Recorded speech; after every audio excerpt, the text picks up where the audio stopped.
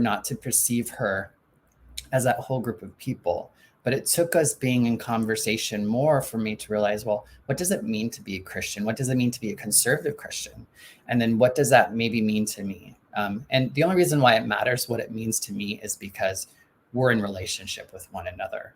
And part of that for us is that we had 20 years of being not in relationship with one another because of my gender, sexual orientation, and gender identity, my LGBTQ-ness, which for folks who aren't LGBTQ, it's all one and the same. But anyway, so when she was bringing me back into her life and I was getting back into her life, there was a lot of fear of this.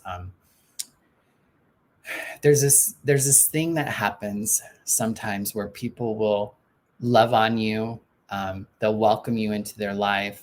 They will affirm or welcome your identities, but they'll still have a judgment on the behaviors or even your identities that might potentially keep you from having a same experience or have access to similar resources or experience as people who are not in that area. So sometimes in church, for let's just put this out there as a reference, say you can go into a church that is welcoming to LGBTQ people. You can go to it. You can have this great experience where you feel like, and you learn about a God and you read the Bible in a way that affirms you as an LGBTQ person.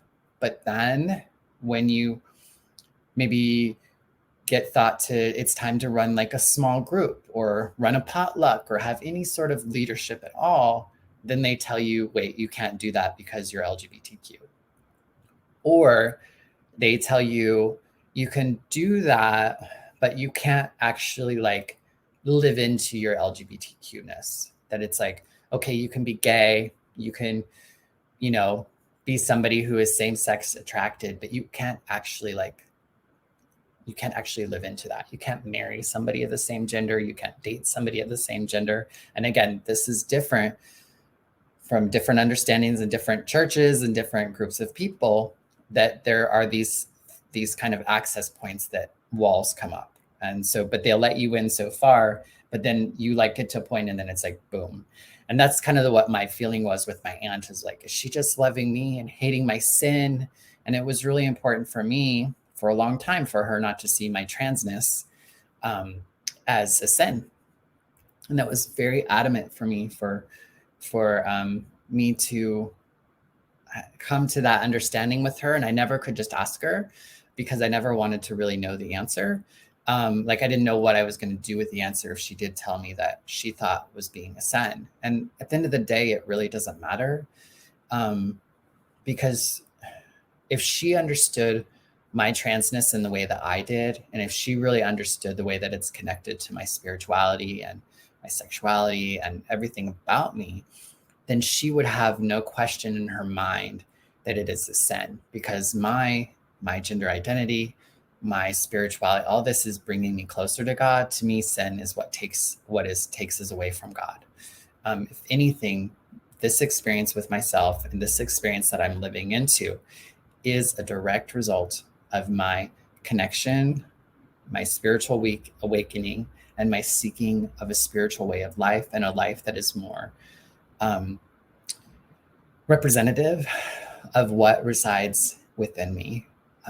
My intuitions, my softness, my femininity, my truth, that I believe that many of us are born into. And I'm not saying and I'll even say this, and it's maybe not a popular thing, I don't know if I was born trans. I don't know if I was born to be this way. All I know is this is who I've become, and this is who I have. This is where I've gotten. And I do believe that there were so many, again, I kind of talked about environmental and societal things that I think afforded me, who's to know that if I was living today and was 10, 11, 12, or in my 20s or my 30s, if I would have maybe transitioned sooner. if I was born in a different family, if I would have been born in a different part of the country, if I would have been, all these sorts of things, maybe I would have identified as trans sooner, or maybe I wouldn't. I don't know. I don't know if I was born this way. I barely even have any memories of my childhood. So I can't indefinitely say like why I'm trans or why I'm living into my transness now. To me, being trans and living into my transness is the closest, again, if I have to say level or identity, that creates an environment and a perception and understanding of myself and the world that seems to land on me in a way that feels congruent or feels, I want to say correct, but it just lands on me in a way that feels good and authentic, which I feel like is one of those words that you hear a lot of, but but yeah. So I kind of, I wanted to try to keep this to 33 minutes. And oftentimes with this, I'm going to come in with like a thought and then it might kind of go different places. And I loved that Jay Stonehouse that you popped in here a little bit and engaged with me.